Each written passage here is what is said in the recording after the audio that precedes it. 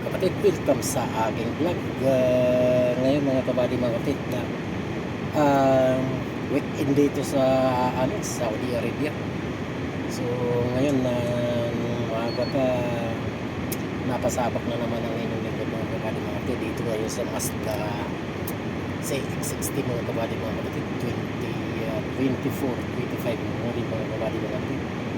So ang problema nito mga kabady, mga kapatid, nagpalit tayo ng rear radar o GSM blind spot namin ito, monitoring mga kabady, mga kapatid.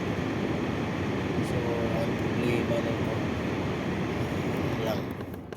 ang problema nito mga kabady, mga kapatid, ay bagong modelo. So ang concern ko, baka na naman ito ay online system mga kabady, mga kapatid.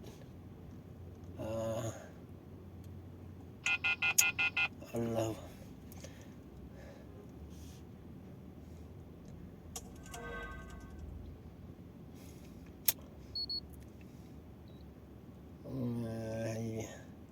set ignition switch to on position. Yeah.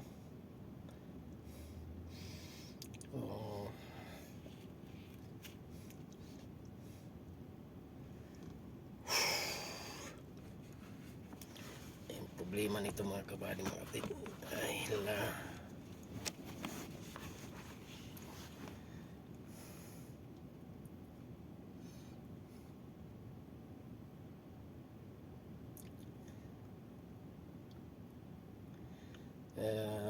sana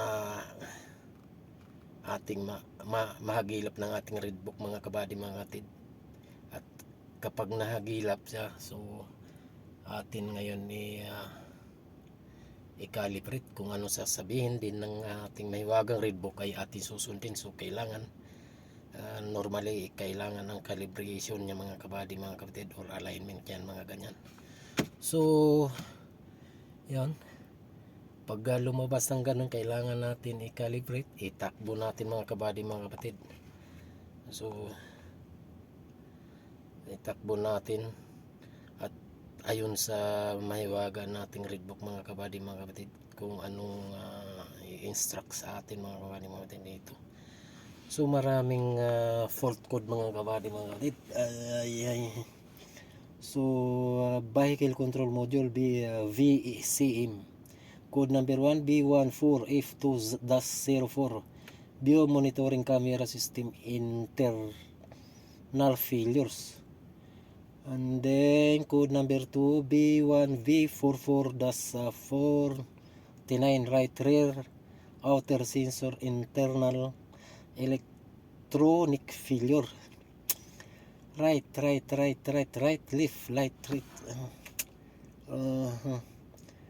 okay. So try natin ito.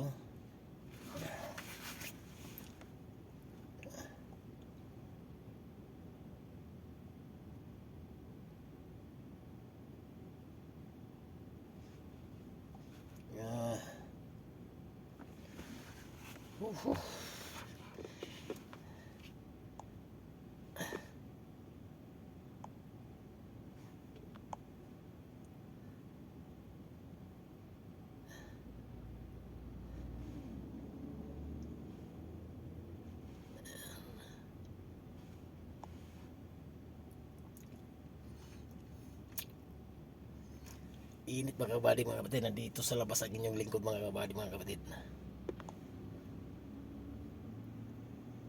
So reverse lang.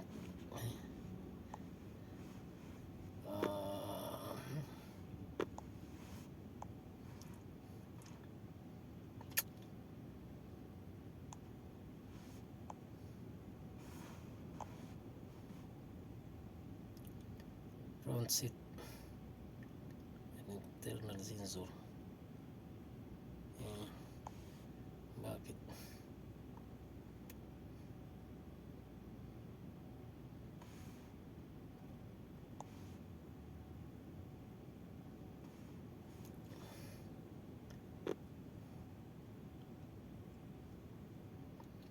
Rear right lift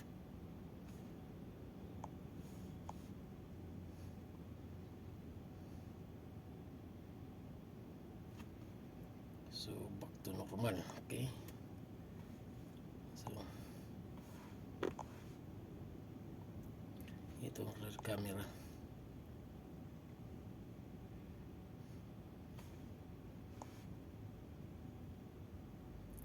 Rear camera, general electrical failure. Rear camera, general signal failure. So may dalawang code mga kabady mga kapatid.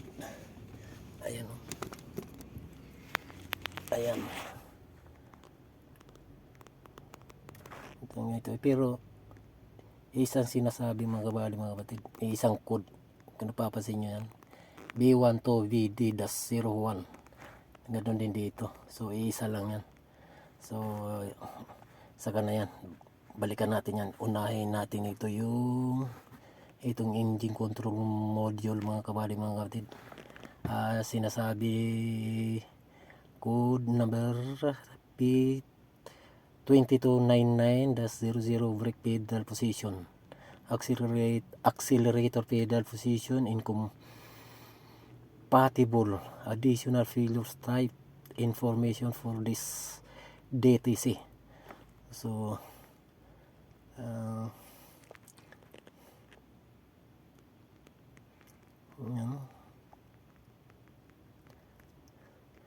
ayan, tingnan natin kung mawala siya mga kabady mga kapatid. So normal, naging normal na. Back to, balikan natin mga kabady mga kapatid. Balikan na natin yung camera. Okay, dito na tayo sa camera. So now try natin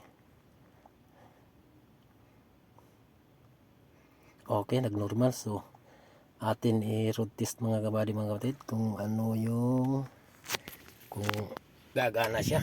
Okay,